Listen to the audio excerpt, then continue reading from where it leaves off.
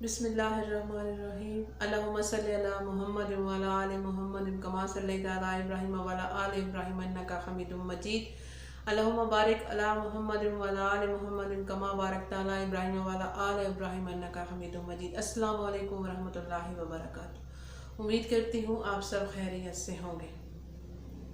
ایک انسان جتنی بھی مرضی چالاکی کر لے، جتنی بھی مرضی ہوشیاری کر لے، لیکن اگر اس کی نیت خراب ہے تو وہ کہیں نہ کہیں پہ پھنس جاتا ہے، کہیں نہ کہیں پکڑا جاتا ہے۔ ہم لوگوں نے اکثر اپنے آمنے سامنے اپنے ارد گرد ایسے بہت سارے لوگ دیکھے ہوئے جو کہ چالاکی کر کے ہوشیاری کر کے اس ٹائم ایسے فٹافٹ سے نکل جاتے ہیں، کسی کو بھنک بھی نہیں پڑنے دیتے کہ ان کے ساتھ انہوں نے کچھ کیا ہے کسی کے ساتھ، ایسے نہیں لگتا۔ لیکن وہ چیز آگے جا کے انہوں نے وہ حساب، وہ جو بھی چیزیں ہوتی ہیں ان کی زندگی میں، وہ پھر بہت برے طریقے سے آتی ہیں اور وہ ایسے پھنستے ہیں کہ پھر انہی کو اپنی بات پہ شرمندگی بھی ہونے لگ پڑتی ہے۔ آج کا ایک ایسا ہی واقعہ آپ کے ساتھ پیش کرنے لگی ہوں کہ ایک بادشاہ تھا اور اس کے بادشاہ کی ایک تھا وزیر کہہ لیں یا ایک مطلب اس کا ملازم تھا۔ خیر، اس نے کیا کیا کہ بادشاہ کو ایسا کوئی کام کیا کہ بادشاہ اس کے کام سے ناراض ہو گیا۔ اب جب بادشاہ اس کے کام سے ناراض ہوا تو بادشاہ نے اسے ایک عجیب و غریب سزا دی، اور وہ سزا کیا تھی اس کے لیے کہ بادشاہ نے کہا کہ تو نے 1 سال تک گھر میں رہنا ہے اور گھر سے باہر بالکل نہیں نکلنا ہے۔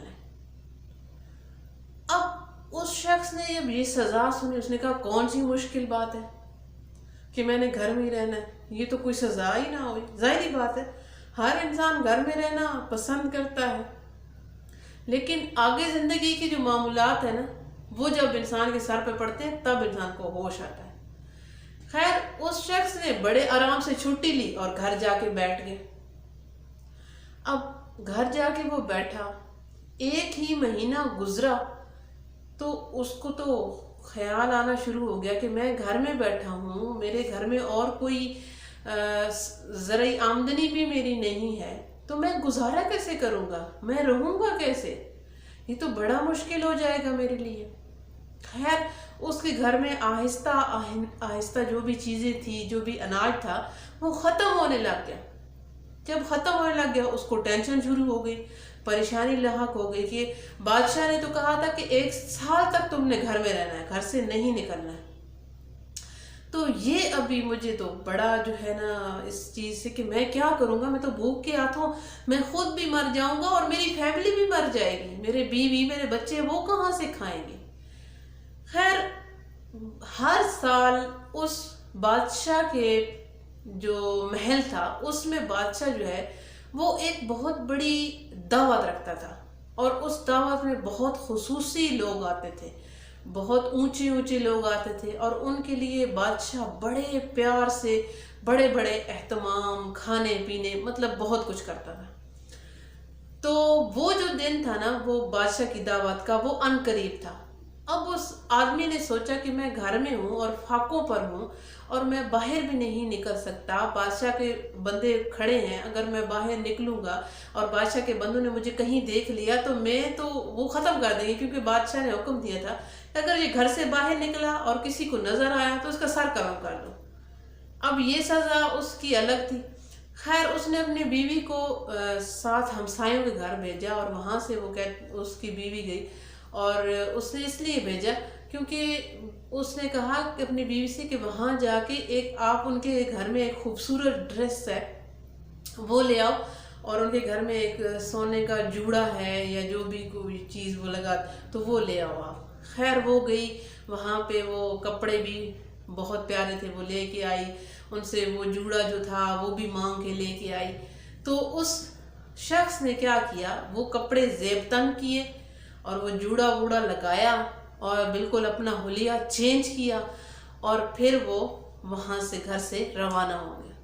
اب وہ روانہ ہوا تو جب محل پہنچا تو محل پہ جا کے جب اس نے دروازے پہ دیکھا تو وہاں پہ بہت سارے سپاہی تعینات تھے جو کہ آنے والے لوگوں کا استقبال کر رہے تھے۔ تو خیر وہ پہلے تو گھبرا گیا کہ کہیں مجھے پہچان نہ جائے، ظاہری بات ہے جو چوری کر رہا ہوتا ہے وہ گھبراتا ضرور ہے، تو وہ گھبرا گیا کہ مجھے یہ لوگ پہچان ہی نہ جائیں۔ تو جب وہ اندر چلا گیا تو پھر اسے اطمینان ہوا کہ نہیں مجھے کسی نے نہیں دیکھا، میں سیف ہوں۔ اندر جب وہ گیا تو پھر کھانا لگا، وہ ان لوگوں کے ساتھ بیٹھ گیا جو کہ بادشاہ نے بلائے ہوئے تھے، جو اس کے مہمان آئے ہوئے تھے بادشاہ کے، ان کے ساتھ۔ پھر جب کھانا لگا تو وہ کھانا کھانے کے لیے گیا، بہت ہی مزیدار ڈشز بنی ہوئی تھیں، اور سب کو جو کھانے کی پلیٹیں تھیں وہ سونے اور چاندی کی پلیٹوں میں کھانا سرو کیا گیا۔ اب اس نے جب سونے اور چاندی کی پلیٹیں دیکھی نا تو اس کی نیت ڈگمگا گئی۔ اس نے سوچا کہ کیوں نہ میں یہاں سے ایک سونے کی پلیٹ اٹھا لوں، چوری کر لوں، اور پھر اس کو لے جا کے اور وہ بیچ دوں اور 1 سال تک اپنا گزارا کر لوں۔ تو اس نے ایسے ہی کیا، وہاں سے ایک پلیٹ اٹھائی اور پہلے تو ادھر ادھر دیکھا کہ کوئی دیکھ تو نہیں رہا۔ خیر جب اسے اطمینان ہو گیا کہ سب لوگ کھانے میں مصروف ہیں، کوئی بھی نہیں دیکھ رہا، تو پھر اس نے وہ پلیٹ چپکے سے اپنے کپڑوں میں کے اندر ڈال لی، اور وہاں سے وہ جب دوسرے لوگ جانے لگے تو وہ بھی آرام سے ان کے ساتھ وہاں سے نکل گیا، کسی کو کچھ پتہ نہیں چلا۔ وہ گھر گیا، اپنی بیوی کو وہ پلیٹ دی اور وہ کپڑے دیے کہ وہ جا کے ہمسایوں کو دے آئے۔ اس کی بیوی ہمسایوں کو جا کے دے آئی۔ پھر کیا ہوا کہ اس نے وہ پلیٹ کا ایک چھوٹا سا ٹکڑا کاٹا اور کاٹنے کے بعد بیوی کو دیا اور اسے کہا کہ یہ جا کے بازار میں بیچ آؤ اور آپ کھانے کے لیے کچھ لے آؤ۔ اس کی بیوی نے ایسے ہی کیا۔ اب جب بھی ان کو کوئی چیز ضرورت ہوتی تو وہ اسی پلیٹ سے چھوٹا سا ٹکڑا کاٹتے سونے کا اور اس ٹکڑے کو جا کے بازار میں بیچ کے اس سے اناج وغیرہ یا اپنے کھانے کا لے کے آتے تھے۔ 1 سال گزر گیا۔ 1 سال گزرنے کے بعد دوبارہ وہی تقریب دوبارہ سے آ گئی۔ اب وہی شخص وہی ڈریس پہن کر حلیے میں وہاں پہ آ گیا، کیونکہ جب یہ چیزیں ختم ہو گئیں، دعوت ختم ہو گئی، تو بادشاہ کو محل کے لوگوں نے بتایا کہ ایک سونے کی پلیٹ کم ہے اور وہ نہیں مل رہی ہے۔ تو بادشاہ نے کہا کہ مجھے پتا ہے کہ وہ سونے کی پلیٹ کم ہے اور وہ کس نے اٹھائی ہے۔ اب بادشاہ جان چکا تھا۔ خیر جب نیکسٹ سال آیا، دوبارہ سے وہی رپیٹ ہوئی چیزیں، تو وہی شخص دوبارہ سے ایسے ہی آیا کہ وہاں سے پھر ایک پلیٹ لے آؤں گا اور میرا گزر بسر آرام سے ہوتا رہے گا اور میں گھر بیٹھ کے آرام سے جو میرا بندوبست ہے وہ چل رہا ہے۔ خیر جب اس نے دوبارہ سے یہی حرکت کی تو اس نے پلیٹ تو اٹھا لی، کسی نے نہیں دیکھا، کپڑوں میں بھی چھپا لی، لیکن جب جانے کا وقت ہوا نا تو بادشاہ نے حکم دے دیا کہ جو شخص بھی یہاں سے جائے گا اس کی تلاشی لی جائے گی، کیونکہ پچھلے سال بھی ایک پلیٹ گم ہوئی تھی سونے کی، تو اس مرتبہ میں نے سوچا ہے کہ سب جب جائیں گے تو ان کی تلاشی لی جائے گی۔ اب وہ شخص گیٹ پہ پہنچ چکا تھا جہاں پہ وہ تلاشی کرنے کا بندوبست کیا گیا تھا۔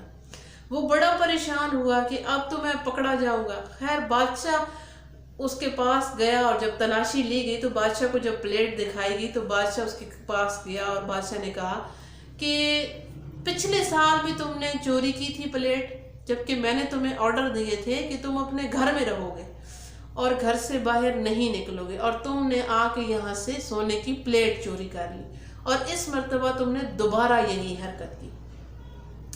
بادشاہ یہ دیکھ کر کہ اس نے چوری کی، اب چور کو بھی شرمندگی ہو رہی تھی کہ میں نے چوری کی اور میں سمجھ رہا تھا کہ کوئی نہیں دیکھ رہا ہے، لیکن بادشاہ نے دیکھ لیا تھا۔ تو اس نے کہا کہ بادشاہ سلامت، آپ نے آرڈر ہی ایسے دیے تھے کہ میں گھر سے باہر نہیں نکل سکتا تھا، اب آپ ہی مجھے بتائیں کہ جب میں گھر سے باہر نہیں نکل سکتا تھا تو میرے بیوی بچے تو بھوک سے مر جاتے، تو پھر آپ نے ان کا اناج وغیرہ تو دینا تھا کہ اگر میں گھر سے باہر نہ نکلتا تو کم از کم میں گھر بیٹھ کے تو کھا سکتا تھا، اگر میں باہر نہ نکلتا تو میں مر جاتا۔ اب بادشاہ کو بھی اپنی اس غلطی پر اور اس سزا پر شرمندگی ہونے لگی کہ میں نے یہ کیا کیا، اور وہ شخص بھی شرمندہ ہوا کہ میری چوری پکڑی گئی۔ دیکھیں ابھی ہمارے جو صورت حال چل رہی ہے نا ملک کی، وہ بھی کچھ اس سے مختلف نہیں ہے، اس سے کچھ ملتی جلتی ہے۔ جیسے کہ ہمارے جو حکمران ہیں انہوں نے اتنے سخت یہ کہہ لیں کہ قانون نافذ کر دیے ہیں، یا پیٹرول مہنگا کر دیا ہے، سبزی مہنگی کر دی ہے، آئل گھی دالیں تک مہنگی ہو گئی ہیں۔ مطلب کہ اگر ایک غریب بندہ اپنے گھر کی کفالت کرنے والا واحد ایک سہارا ہے، اور وہ روز دہاڑی لگا کے آتا ہے، کماتا ہے اور کھاتا ہے اور اپنے بیوی بچوں کو کھلاتا ہے، اگر وہ بیمار ہو جائے خدا نخواستہ تو وہ کیا کرے گا؟ اس کے جو گھر والے ہیں وہ کیا کریں گے؟ تو وہ یقیناً ایسی ہی چوری کریں گے، اور پھر ہم کہتے ہیں کہ فلاں چور ہیں، فلاں ڈاکو بن گئے، فلاں کے بچے نے یہ حرکت کر دی۔ تو یہ سارا معاشرہ ہمارا کدھر جا رہا ہے؟ یہ سوچنے کی بات ہے۔ اللہ تبارک و تعالیٰ سے دعا تو بہت زیادہ کرتی ہوں، آپ بھی کرتے ہوں گے، کہ اللہ تبارک و تعالیٰ ہمارے پاکستان ملک پہ اپنا خصوصی کرم رکھے، اپنا خصوصی کرم کرے، کیونکہ جس حالات سے، جس مشکلات سے ہم غریب لوگ گزر رہے ہیں یا گزر بسر کر رہے ہیں وہ ہم ہی جانتے ہیں۔ ورنہ جو بڑے بڑے گاڑیوں میں، بڑے بڑے کمروں میں اے سی لگا کر، ہیٹر لگا کر بیٹھے ہوتے ہیں، ان کو کچھ اندازہ نہیں ہوتا کہ غریب عوام جو روڈوں پہ، سڑکوں پہ ریڑیاں لگا کے بیٹھی ہے، جو ٹھیلے لگا کے بیٹھے ہیں، وہ گھر جا کے جو روڈوں پہ کچھ بیچ رہے ہیں، وہ گھر جا کے اپنے بچوں کا، اپنی فیملی کا ایک وقت کا کھانا کیسے پورا کر رہے ہیں۔ یہ ہم سب کو یہ کہہ لیں کہ سوچنے کی بات ہے۔ خیر سوچ کے تو ہم لوگ تھک چکے ہیں، لہٰذا دعائیں ہی جو ہے ہمارے اس ملک کو بچا سکتی ہیں، اور دعائیں ہی ہمارے ملک کو بدل سکتی ہیں، ورنہ یہ حکمران جو بیٹھے ہیں اللہ تبارک تعالیٰ ان کو ہدایت دے، ہمارے ملک کو لوٹ کے کھا جائیں گے۔ اللہ پاک خود اپنا خصوصی کرم کرے اس ملک کے اوپر اور ہمارے جیسے غریبوں کے اوپر۔ اللہ تبارک و تعالیٰ سب کی زندگیوں میں آسانیاں لائے۔ بات اچھی لگی ہو تو لائک کر دیجیے گا، کامنٹ بھی کر دیجیے گا، اور بتائیے۔ آپ کے بتانے سے یہ ہوتا ہے نا، مجھے پتہ چل جاتا ہے کہ میری بات آپ کو، آپ کے دل پہ اثر کر گئی ہے، آپ کو اچھی لگی ہے، آپ کی معلومات میں اضافہ ہوا ہے، تو مجھے پتہ چل جاتا ہے۔ ورنہ آپ بیٹھ کے یا تو ویڈیو سکپ کر دیں گے، آگے چلی جائے گی، یا پھر آپ بتائیں گے نہیں، کامنٹ نہیں کرتے، لائک نہیں کرتے، اس سے پھر مجھے کیا پتہ چلے گا کہ میری بات آپ تک پہنچی ہے نہیں پہنچی ہے، مجھے کس حوالے سے بات کرنی چاہیے۔ میں کوشش تو یہی کرتی ہوں کہ میری ہر بات جو ہے آپ کی معلومات میں کچھ نہ کچھ اضافہ لے کے آئے۔ امید کرتی ہوں کہ آپ کو میری بات اچھی لگی ہو، اور میرے لیے بہت ساری دعا کیجیے، اپنے پاکستان کے لیے بہت ساری دعا کیجیے۔ اللہ تبارک تعالیٰ ہم سب کی زندگی میں آسانیاں پیدا کرے، اور نیکسٹ انشاءاللہ تعالیٰ کسی اچھی سی بات کے ساتھ آپ کی خدمت میں حاضر ہوں گی۔ تب تک کے لیے شاہین اختر کو دیجیے اجازت۔ فی امان اللہ۔